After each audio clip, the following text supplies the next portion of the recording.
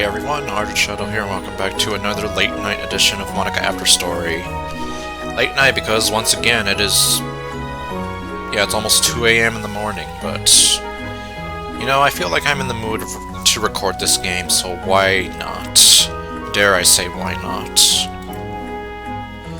Welcome back. Or... welcome back. I knew you couldn't stay away for an entire month. Stupid sexy mermaid Monika. Yeah, now that I'm remembering, I think that's why I left her like this, because I just felt like, what if I have her kind of like the mermaid look that I like on her so much? Because I love this hair on her, I love the flower, and then I just... I swear, I'll change her out of it. This is... Anyways... if I were in your position, I wouldn't be able to stay away from you either. Why? Or, well, I know why. Or, no, I don't. What am I even saying why to? Honestly, really, I miss you only after a few days. And, okay, yada yada yada, and yes I shall. And I come bearing gift. Notice I only have one, because you don't want hot chocolate anymore. Because she finally caught on to me. No, it's for the monkey! It's a banana! Oh, I couldn't do it right. Yeah, I'm doing this after I recorded almost 2 hours of blue skies, an hour and a half of, Exit Music Redux, so yes, my voice is actually kind of tired, and yet I felt like, you know what, I'm in the mood for some Monika After Story. I can't wait a whole month. Oh, coffee! It's a flavor I haven't had before! Surprise, surprise! So yeah, the usual silly voices I do, I'm probably not going to be able to do them correctly. It's a miracle that I'm even getting close to my normal Monika voice. I can't wait to try it, but I won't. Thank you so much, Daniel. Okay, so first off, the first order of business... oh, what was that? Yes. Okay, what do I want? Well, it's too hot for a jacket.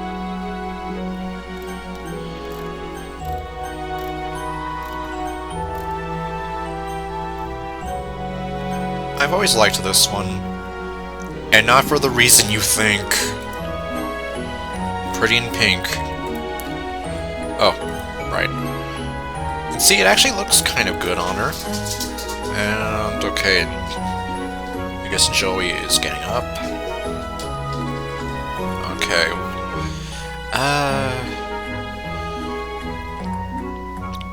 Oops, hold on. You know, I actually remembered something.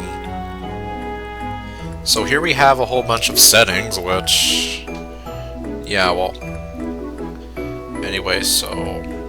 we have the UI here, we can have the day-night cycle, or just night mode.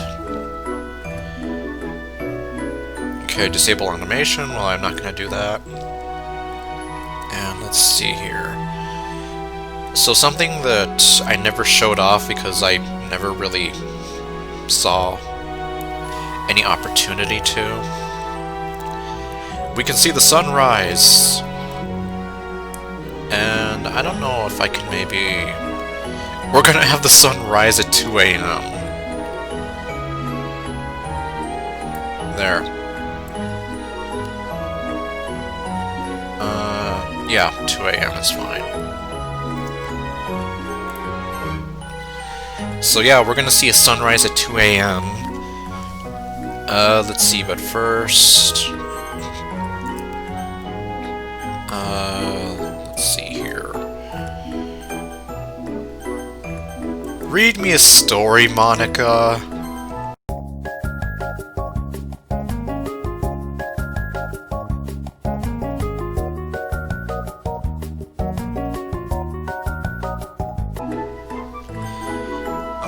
let's see here.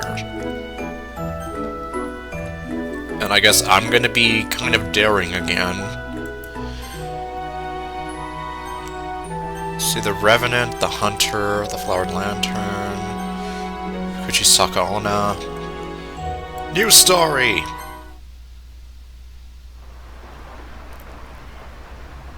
No, I'm not ready, and I never will be.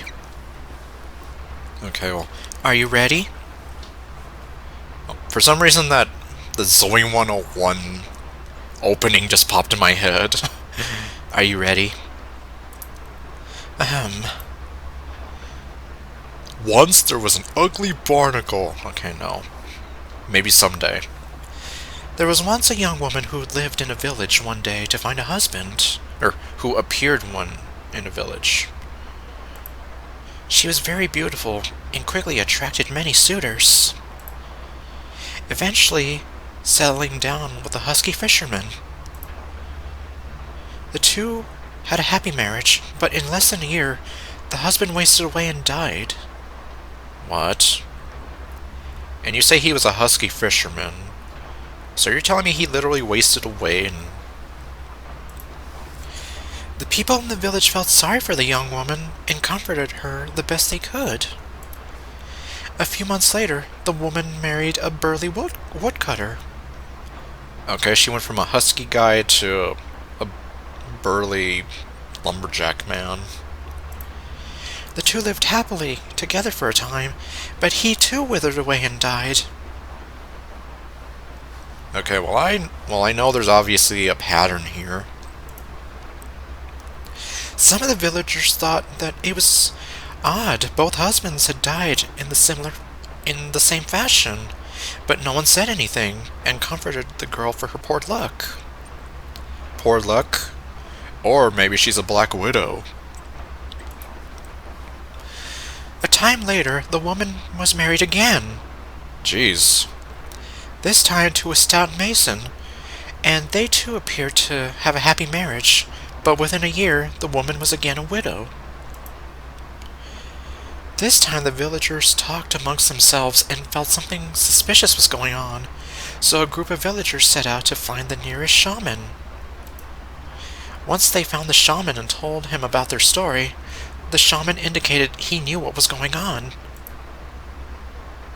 He called his assistant over, a young, well-built fellow, whispered into his ear and sent him off to return with the villagers. Telling them not to worry, his assistant would get to the bottom of it. When they returned to the village, the assistant called on the widow, and not long afterwards they were married. Jeez. So angry. On the night of their wedding, the assistant placed a knife under his pillow and feigned sleep. A little after midnight, the man felt a presence over him and a prick on his neck. The man grabbed the knife and stuck it into the thing on top of him. Oh man, those eyes. He heard a screech and the flapping of wings as the creature flew through a window. The next day, the bride was found dead some distance from the house with a knife wound in her chest. Did I scare you, Daniel?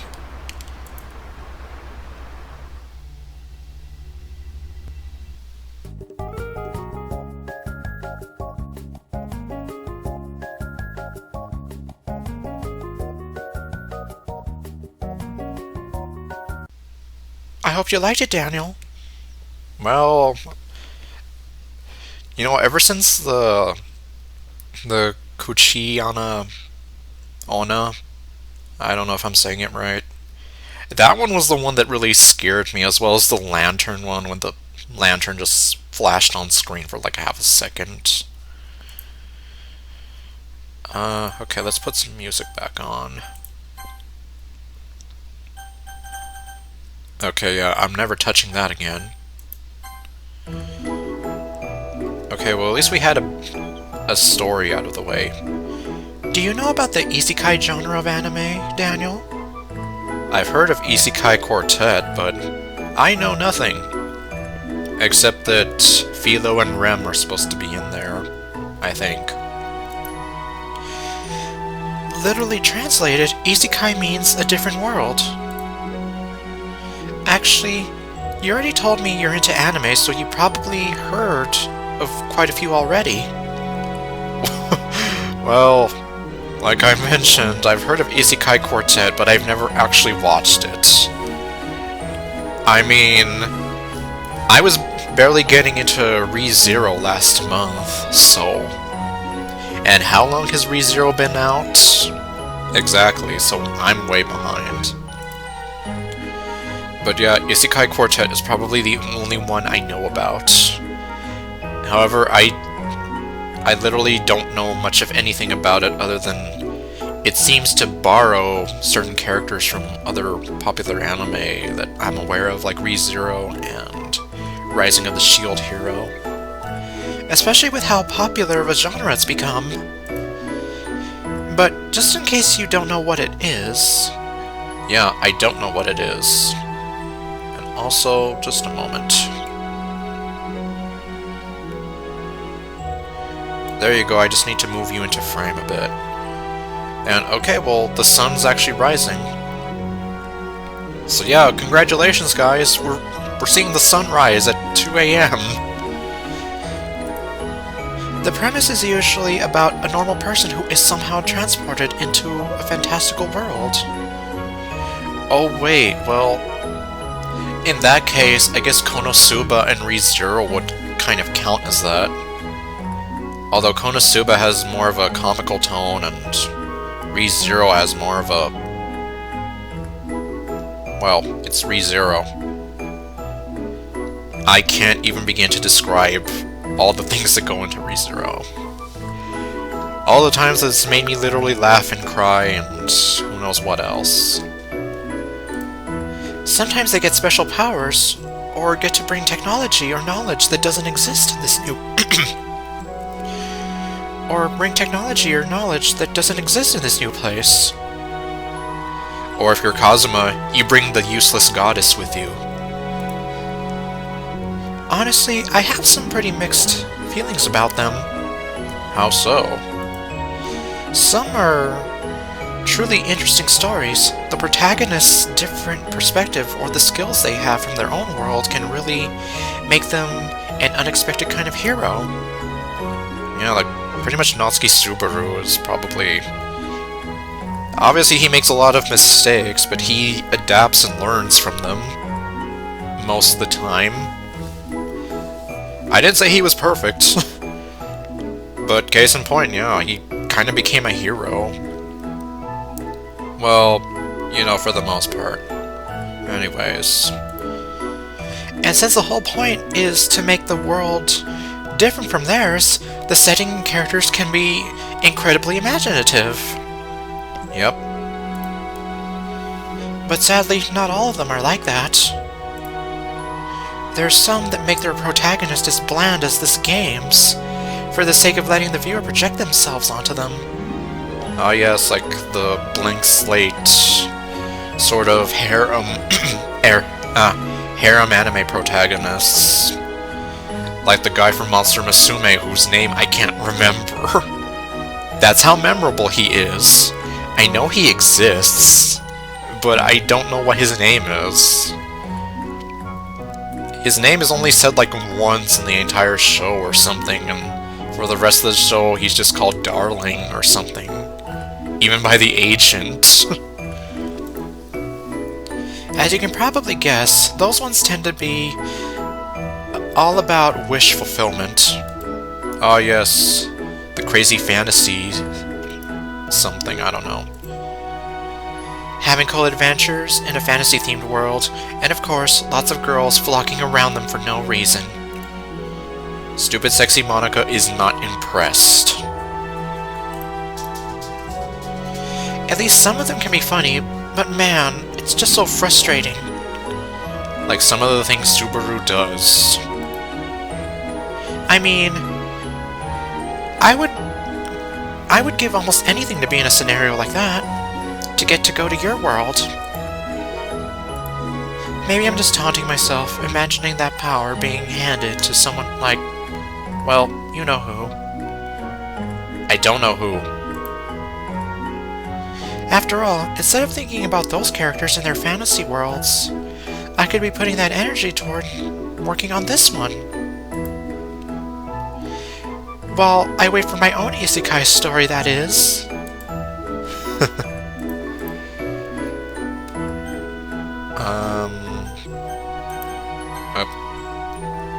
Okay. So now that we saw the sunrise, who can take a sunrise? Okay, now we're gonna have the sunset. Oh. Okay, I guess because, obviously, we can't have a sunset before the sunrise. Oh wait, no, that's not right. Yeah, I'll do that. Okay, so now we're gonna see a sunset. And like I mentioned, I hadn't thought of doing it that way before. Okay, I guess I'll drop a few I love yous while I'm waiting. It's funny you say that because soon we're gonna have the sun setting on us. We'll be 2 less lonely people in the world. Okay, I don't have anything for that one. Love, life, and happiness. All the things that you do best. I'll be there for you. Okay, apparently we're turning this into the Rembrandts. And nobody else will ever make me feel this way.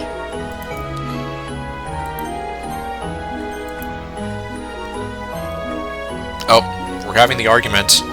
No, I love you more! Stupid sexy Monika! You know what you're doing! Impossible. I love you more.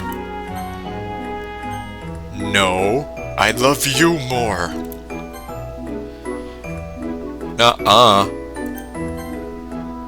Don't go there, girlfriend. No, no, no, no, no.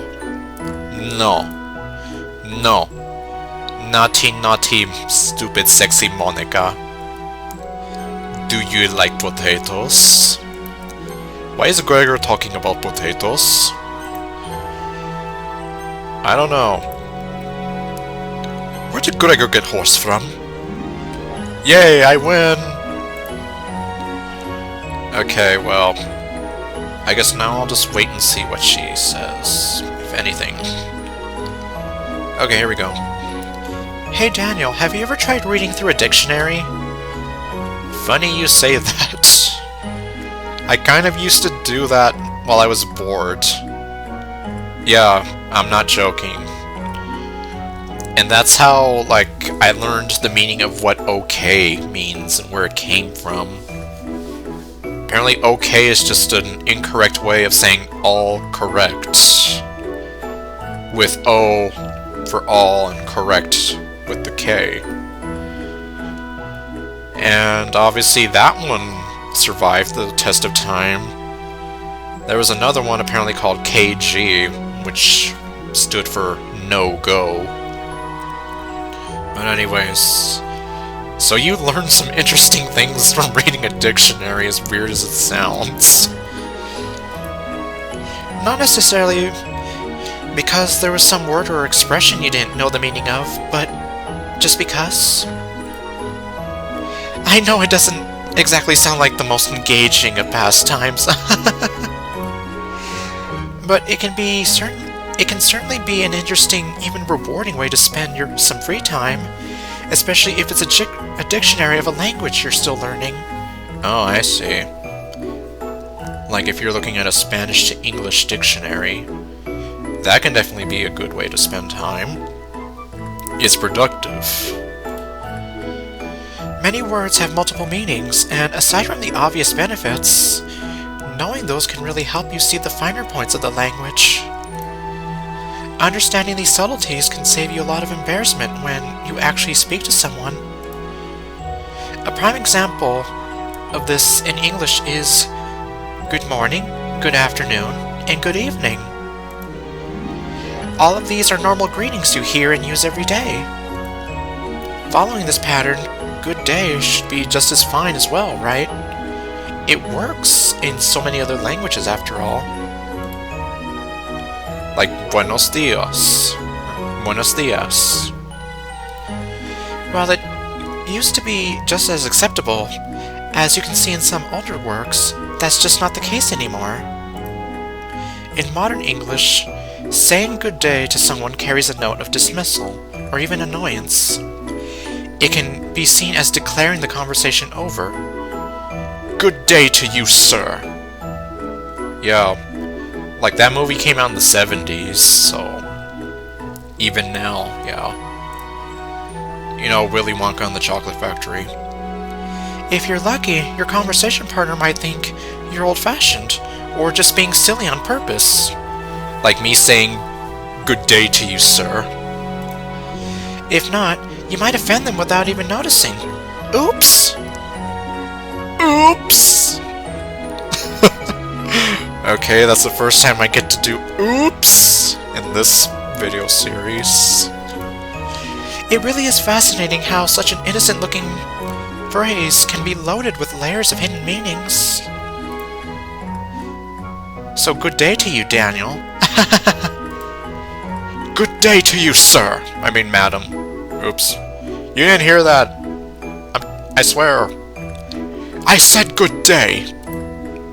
Okay, well, it's 2:13, and I have no idea what's going on.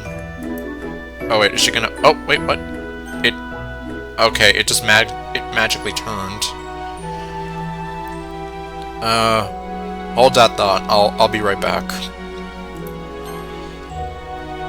Alright, so I want sunset at 6 o'clock.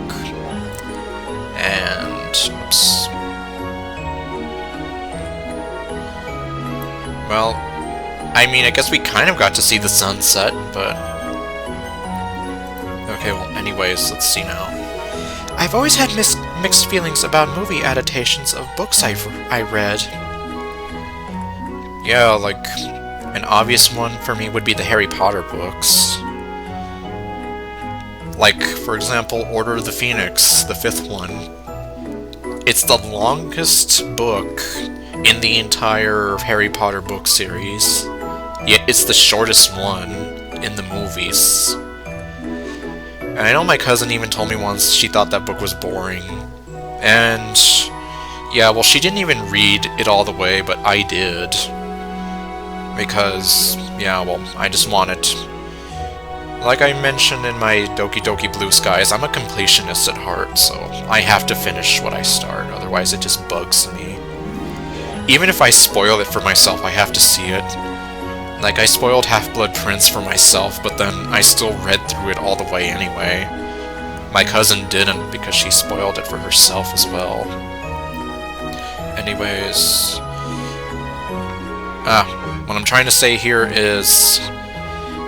Despite how I feel about the book, the movie I felt was kind of a letdown, because they cut out so many details. Even my cousin, I saw it with her and her boyfriend and her mother, my aunt. They invited me out to see it. And at that point, I had finished reading the book, but then, yeah, as I'm watching it, I'm here like, wait a minute, they're skipping a lot of stuff. And my cousin even pointed out like how certain things in the book happen that they cut out. But then some of those things would have explained other events within the movie. And of course, there's also the fact that they cut out so many characters, and it just creates some bit of plot holes. Like, I know if they had they cut out Creature from Order of the Phoenix, the movie, then obviously when it came to Deathly Hallows, well, then they'd be kind of in a sort of... They would have been kind of screwed over in the sense that they wouldn't know where one of the Horcruxes is. But anyways, back to what I'm to what Monika's talking about. A lot of what I watch is based on works I already enjoy, and I'm excited to see that story come to life. That's one thing I will say about the Harry Potter movies, though. They are definitely... It's great to see a lot of this stuff kind of come to life for you. Sure, you can imagine it in your head when you're reading it, but it's another thing to see it in front of you on the big screen and all that. Even if often than not, I know I'll walk out feeling a bit bitter about what I just watched. You mean like me in Order of the Phoenix and Half-Blood Prince? I'd say those were probably the movies I had the most problems with. Followed by maybe Goblet of Fire. Everything else I was more or less okay with. More or less. Like, there's a scene I liked in the book that didn't make it in, or there's a character who was portrayed differently from how I imagined it. Or they could be completely cut out of the story entirely because the writers don't know how to work them in. Like Ludo Bagman in Goblet of Fire. It's just so frustrating. It's like all the love and care you poured into your vision of the book is suddenly invalidated. All in favor of a new version which may not be as good, but still presents itself as canon. I guess that would make me a picky spectator sometimes. Don't get me wrong though, I realize why changes have to be made in these types of movies. Yeah, like in, what was it? Half-Blood Prince ends with Dumbledore's funeral. And the reason they don't have that funeral was apparently because it would cost a crap ton of money.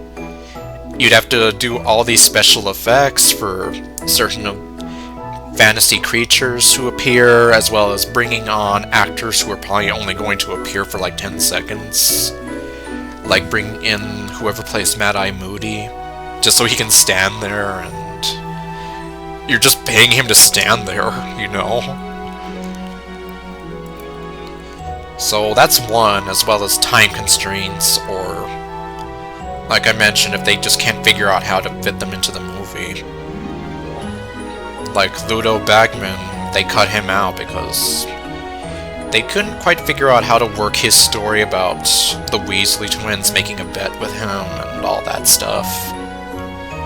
An adaptation can't just be a copy-paste of its source material. It's a rewriting of it. Yeah, sure enough. It's just plain not possible to cram everything from a 200-page book into a 2-hour movie. Or an 800 book into a 139-minute movie. Not to mention, something that works well in a novel won't always translate well to the big screen. With that in mind, there's one question I like to ask myself when I judge an adaptation. If the source material did not exist, would the new version still hold up? It depends. I suppose if it presents itself as like a completely original idea, it depends on how well it's met. Like, for example, one of my an anime that I have a love-hate relationship with is Akame Ga Kill. At the time of the anime, the manga was still being written out, but it wasn't finished. So what they did for the end was they completely deviated away from that, and they started doing like their own thing, which a lot of people in the end did not like, because pretty much everyone dies, and, well, we don't want that. We want to see our characters live. But instead, they killed off practically everyone, and made me depressed for like 2 weeks. Well, anyways, point being, it's based off of there's source material, but there wasn't enough source material. So it created a sort of new version of it with a brand new ending, which most fans did not like. But when the manga was finished, well, it was at least more satisfying. For example, I'm glad that At least mine was kept in a coma until she eventually woke up.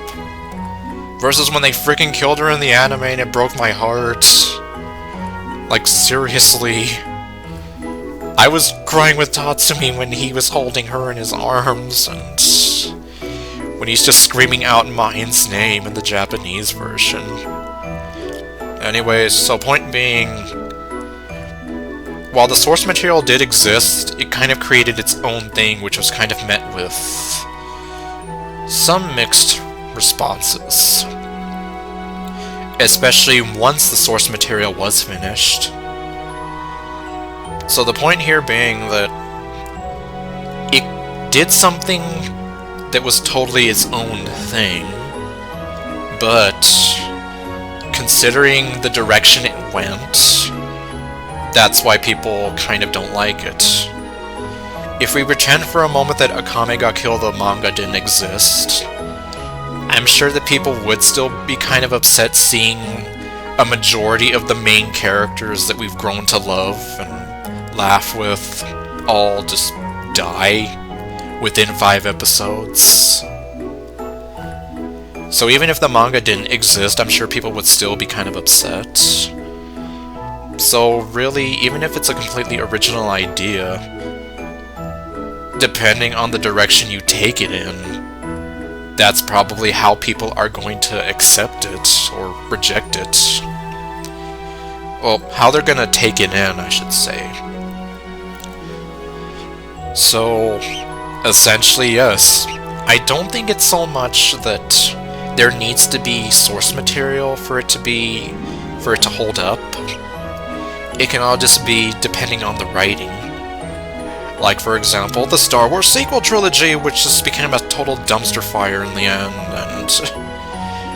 well, this wouldn't be an Ardred playthrough if I didn't mention Rian Johnson at least once, and how much I hate The Last Jedi, and how much I was disappointed with The Last Jedi. Okay, well, anyways, my Star Wars rant has gone on long enough. Bonus points if you manage to capture the feelings of the original, which none of the sequel trilogy movies did. They felt like hollow rehashes and cash grabs, especially The Force Awakens. For a while, especially if you were watching it with rose-tinted glasses, The Force Awakens did seem like a great movie.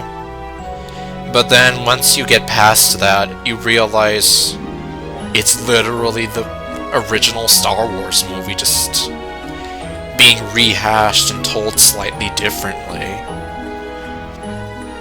With some little nuances here and there, but otherwise it's still basically the same story.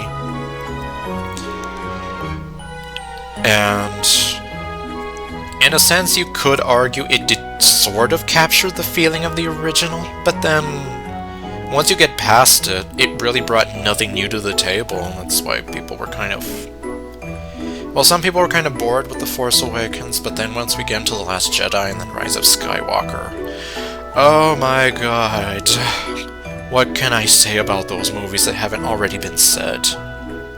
So that's why I'm not really going to say much of anything about them. Loose adaptations are pretty interesting in that sense. So I guess maybe you could say Akame Ga Kill was a loose adaptation, at least for the last few episodes. It kind of spun off to do its own thing because the manga was still being written.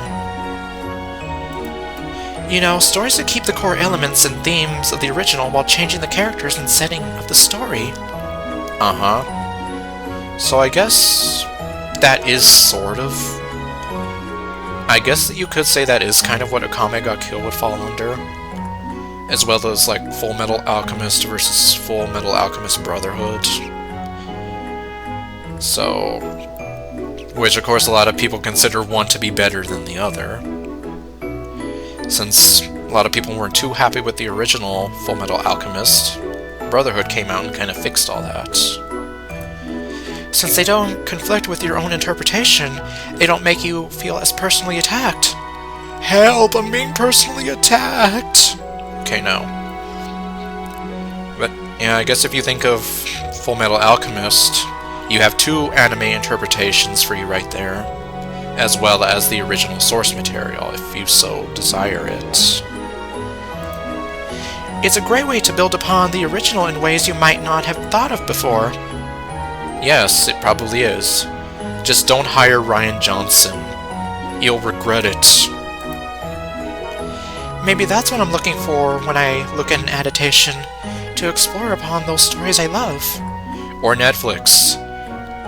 I'm sure most people have already forgotten about the Netflix adaptation of Death Note, which... like, what were they thinking? Seriously. Or the Last Airbender live-action movie. That one just had no heart or soul to it. So, exactly. There are so many ways you can adapt something from the source material. You could either make something good, or something so terrible that it is mocked to no end, even all these years later. Like with M. Night Shyamalan's The Last Airbender. Or the Netflix live adaptation. Or Dragon Ball Evolution. I bet no one really remembers that movie.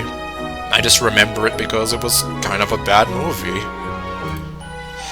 Though getting a version to satisfy my inner fan would be nice too. Yeah.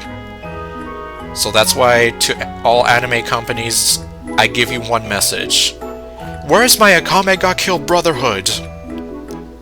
As well as my Rosario to Vampire Brotherhood.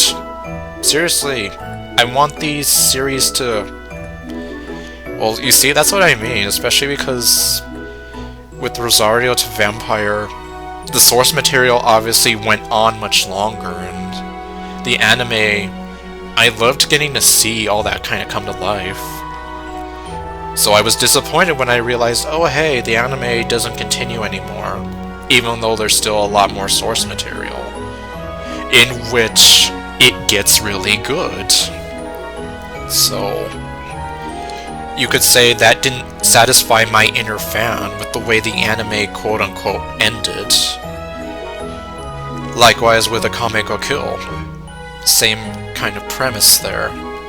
Even though the anime does have a definitive ending, so to say, it's not the ending most people wanted.